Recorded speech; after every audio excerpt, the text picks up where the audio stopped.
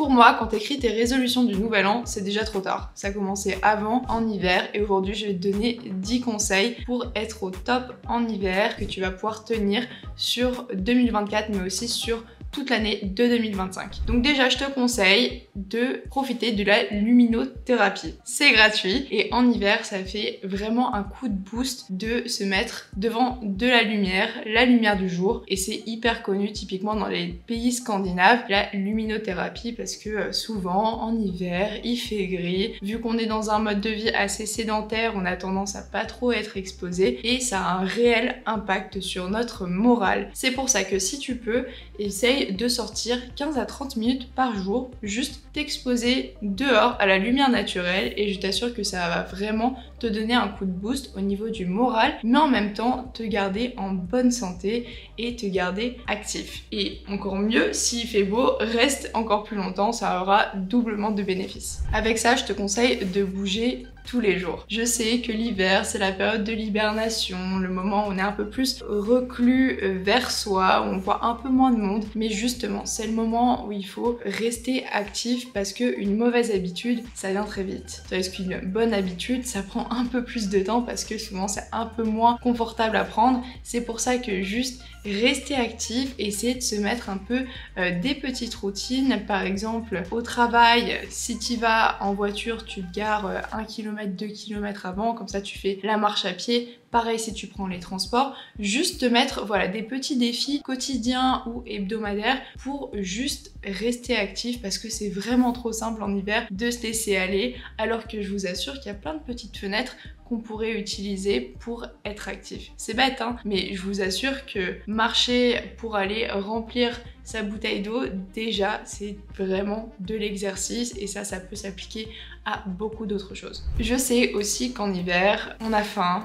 on a envie de se remplir le bide avec quelque chose de chaud, de gras, de réconfortant, la fondue, la raclette. Et moi je suis 100% pour ça. Franchement, j'ai déjà fait ma première fondue, je vais pas vous mentir. Ça fait d'ailleurs longtemps que je l'ai faite en septembre je crois.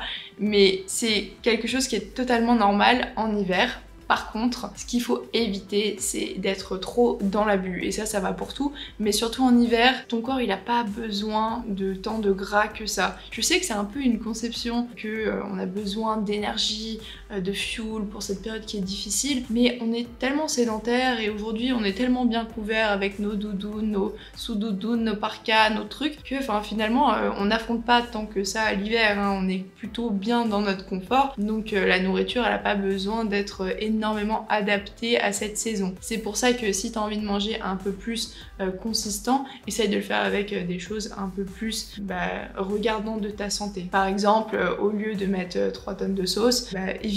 Ou fais ta sauce maison, ou par exemple rajoute plus de légumineuses, des trucs qui vont vraiment avoir un impact sur ton organisme, et pas juste balancer des nuggets. Là je donne un exemple bête, mais pas balancer de la friture parce que voilà, c'est réconfortant, ça va bien avec la saison. Donc voilà, juste fais attention à ton alimentation, parce que c'est très facile de switcher en mode hibernation et c'est pas top. Donc ça va un peu avec mon prochain point, c'est que en hiver on est beaucoup moins actif, et comme je te l'ai déjà dit avant, il faut rester actif, mais pour vraiment se motiver à sortir, il faut aussi, je pense, se trouver des petites activités d'hiver qui sont cool à faire, pas des trucs qui prennent trop de place mentale. Par exemple, je sais pas, aller à la librairie, marcher en écoutant un podcast, peut-être si t'es proche de la montagne, aller faire, je sais pas, un spa, et après derrière rentrer à pied, voilà, juste se trouver des trucs qui te maintiennent actif et qui te maintiennent aussi en dehors de chez toi, qui te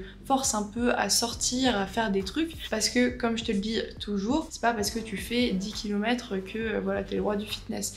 Par contre, si tous les jours t'es actif, que tu bouges, que ton corps il est en action, peu importe ce que tu fais, au moins tu bouges.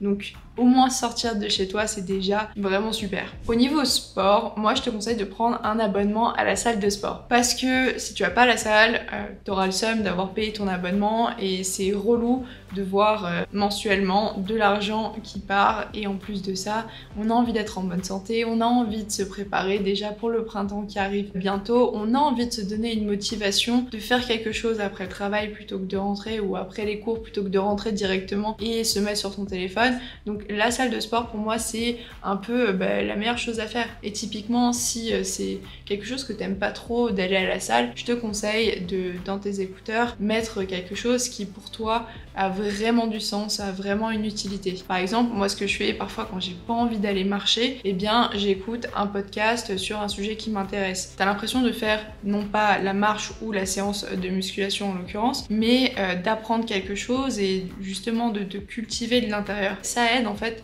déjà de 1 à faire passer le temps un peu plus rapidement, en plus de toi juste prendre plus de plaisir à faire ce que tu es en train de faire. Aussi, dans le même sens, je te conseille de désactiver tes notifications des réseaux sociaux et aussi de faire un peu le tri là-dedans. Parce que, comme je te l'ai dit, l'hiver, c'est vraiment la meilleure des saisons pour rien faire et pour rester chez soi et faire la patate. Sauf que ça n'a pas grand intérêt, honnêtement. Passer des heures sur les réseaux sociaux non plus, ça n'a pas énormément d'intérêt. À part si tu as du contenu qui t'inspire et qui te pousse à être une meilleure version de toi ou qui te fait apprendre quelque chose. Voilà, c'est un peu nulos et comme je t'ai dit, la saison elle est parfaite pour tomber là-dedans. Donc essaye justement de t'en éloigner et au contraire remplacer ça par d'autres choses qui te remplissent un peu plus de l'intérieur. Par exemple, si t'aimes bien, je sais pas, jardiner, lance-toi dans le jardinage. Si t'aimes bien manger, fais-toi tes propres recettes. Enfin voilà, essaye de remplacer les réseaux sociaux par une activité qui toi derrière